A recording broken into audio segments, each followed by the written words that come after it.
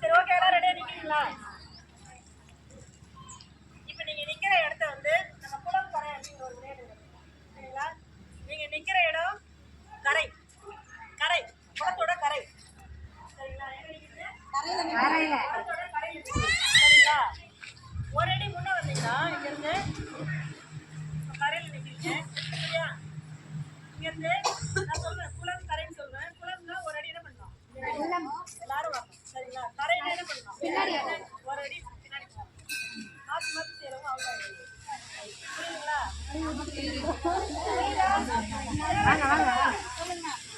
சொல்லுங்களா? இந்த விளையாட்டோட பேரு குளக்கரை விளையாட்டு. கடற்கரை தெரியுங்களா? குளக்கரை. சரிங்களா? நீங்க நிக்கிற இடம் கரையில நிக்கிறீங்க. இப்ப குளத்துக்குள்ள போய் என்ன பண்ண போறீங்க? நினைக்கலாமா? எல்லாருக்கும் ஸ்விம்மிங் தெரியுமா? எல்லாருக்கும் சரிங்களா? கை கொத்தாலும் இருக்கீங்க பார்க்கலாம். நீங்க எப்படி முழுங்க அடிக்கிறீங்க அப்படிங்களா? கை கொத்தாலும் பார்த்தீங்கன்னா பார்க்கலாமா? சரி ஓகே ஸ்டார்ட். அம்மா நீங்க கை கொத்தல எல்லாம் ஒத்துக்க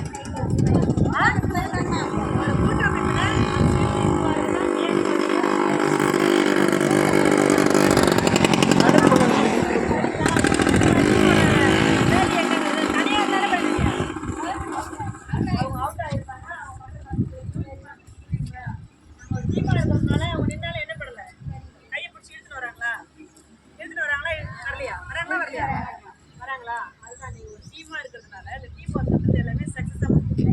சரிங்களா? அப்ப நம்ம ஒரு மீட்டிங் நடக்கிறதா எடுத்துக்கலாம். ஒரு மீட்டிங் போகணுன்றது உங்களுக்கு ஒரு தகவல் வருதா? சரியா?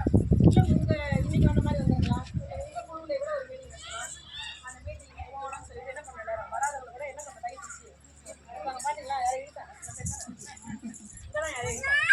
உங்களையா இருட்டே இருக்காங்க சொல்லிட்டு உள்ள வந்துட்டாங்க. ரொம்ப இவங்க ரொம்ப உள்ள வந்துட்டாங்க. அடுத்து கரைன்னு ஒரு வார்த்தை வந்து உள்ள இருக்கிறாங்க. அந்த பாட்டி ஒரு மீட்டிங் போறோம் அப்படின்னா என்ன பண்ணணும்? வெளியே இருந்து அவங்களை உள்ள கூப்பிடணும். உள்ள வந்தாலும் மீட்டிங் முடிஞ்சாலும் என்ன பண்ணணும்? முடிஞ்சிச்சு நீங்க சொல்லணும். ஏதாவது ஒன்று சொன்னாலும் இங்க இந்த மாதிரி வீட்டில் பேசுறாங்க, நீ எங்க உங்களுடைய கவனத்தை வச்சுருக்கு, கவனத்தை திருப்பி நீங்க சொல்ற விஷயத்தை சரி கொடுத்து நம்ம கேட்கணும் அப்படிங்கிற விஷயத்தையும் சொல்றதா எடுத்துக்கலாம். அவங்க பண்ணதை இன்னும் யாரெல்லாம் கரையில நின்னீங்க? அந்த குளம் சொல்லும்போது கரையில் நின்றவங்க யாரு?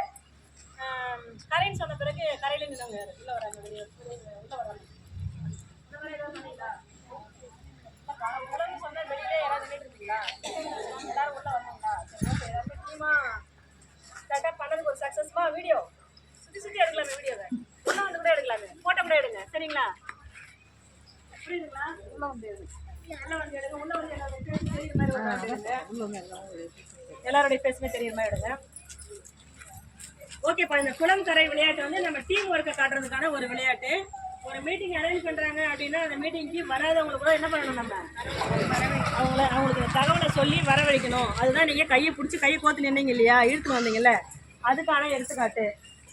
அவங்க சொல்கிறது சரியாக கேட்கல, அவங்க சரியாக செய்யலைன்னா கூட நம்ம அந்த ஆப்ஷன் கொடுத்த பிறகு குளம்னு சொல்கிறாங்க, இது நீ கவனி அப்படிங்கிறது சொல்கிறீங்க இல்லையா? அது வந்து நம்ம மீட்டிங்கில் ஏதாவது விஷயங்கள் பேசுகிறாங்க அப்படின்னா அந்த தகவலில் அவங்களும் பேசணும். அவங்க மாதிரி சைலண்ட்டாக வந்து எங்கே நீட்டு காட்டு கையெழுத்தை போட்டு நான் கிளம்புறேன் அப்படின்னு இருக்கக்கூடாது. எங்கள் வீட்டுக்காரர் கச்சேரிக்கு போனார்னு ஒரு பழமொழி தெரியுமா? அவர் போய் அங்கே கச்சேரி வீணை வாசிச்சாரா, இல்லை மத்தனம் வாசிச்சாரா, இல்லை சைடில் உட்காந்து வேடிக்கை பார்த்தாரா, என்ன பண்ணாருன்றது தெரியாது. அந்த மாதிரி இருக்கக்கூடாது. ஒரு மீட்டிங்க்கு வரோம் அப்படின்னா நம்மளுடைய பங்களிப்பு இருக்கணும். அவங்க என்னென்ன தீர்மானங்கள் நிறைவேற்றாங்கன்றதை பார்க்கணும், புதுசாக என்ன அவேர்னஸ் கொடுக்குறாங்கன்றதை பார்க்கணும், அதில் நம்மளுடைய பங்களிப்பு என்னங்கிறதையும் பார்க்கணும். நம்ம வந்து சிவனேன்னு போனால் ஒரு இடத்துல உட்காந்து தான் வந்தேன்னு சொல்லக்கூடாது. சரிங்களா? எல்லாருமே ரொம்ப சிறப்பாக பண்ணீங்க. அடுத்தடுத்த மீட்டிங்கில் கொஞ்சம் உங்களுடைய எல்லாருடைய ஒத்துழைப்பு தொடர்ந்து இந்த மாதிரி கொடுங்க. கொடுத்து குழுவையும் நல்லா ரன் பண்ணுங்க. நிறைய விருதுலாம் சொல்லியிருக்காங்க, நிறைய ட்ரைனிங் கொடுத்துருக்காங்க நினைக்கிறேன். குழு மெம்பருக்குலாம் ட்ரைனிங் கொடுத்தாங்களா? இதெல்லாம் நிறைய ட்ரைனிங் போயிட்டுருக்கு. SHANR போயிட்டுருக்கு, விருதுநகர் போயிட்டுருக்கு, ஜெண்டர் அவேர்னஸ் போயிட்டுருக்கு, FNSW அவேர்னஸ். நீங்கள் எந்த இந்த மாதிரி பொதுவான விஷயங்கள் எதெல்லாம் நீங்கள் பார்ட்டிசிபேஷன் பண்ணுறீங்களோ அதுக்கு எல்லாமே பார்த்தீங்கன்னா உங்களுக்கு அவார்டு கொடுக்குறாங்க. மனிதர்களுக்கு ஒரு விருது தெரியுமா? தெரியுமா? டிஸ்ட்ரிக்ட் லெவலில் ஒரு குழுவுக்கு 25,000, ஸ்டேட் லெவல் போனால் 1,00,000 ரூபாவும் அவார்டு கொடுக்குறாங்க. அந்த மணிமேகலை அவார்டு நம்ம வாங்கணும், நம்ம குழு வாங்கணும், நம்ம CLF வாங்கணும் அப்படின்னா இது மாதிரி பொதுவான விஷயங்களை நம்ம கலந்துக்கணும். அதுக்கான ஃபோட்டோஸ் உங்கள்கிட்ட இருக்கணும், அதுக்கான தீர்மானங்கள் உங்கள் நோட்டில் இருக்கணும். குழுவாக இருந்தால் குழுவில் இருக்கணும், CLF இருந்தால் CLF இருக்கணும். இதெல்லாம் இருந்ததுன்னா நீங்கள் எல்லாமே அந்த அவார்டுக்கு ரெடி ஆகுது. சரிங்களா? தொடர்ந்து நீங்கள் அவார்டு வாங்குறதுக்கும் உங்களுடைய குழுவை நல்லபடியாக நடத்துறதுக்கும் வாழ்த்துக்கள் கூறி எல்லாருக்கும் அது உங்களுடைய பொருள் ஏதாவது வச்சுருங்க, வச்சுருப்பாங்க. ட்ரைனிங் வந்து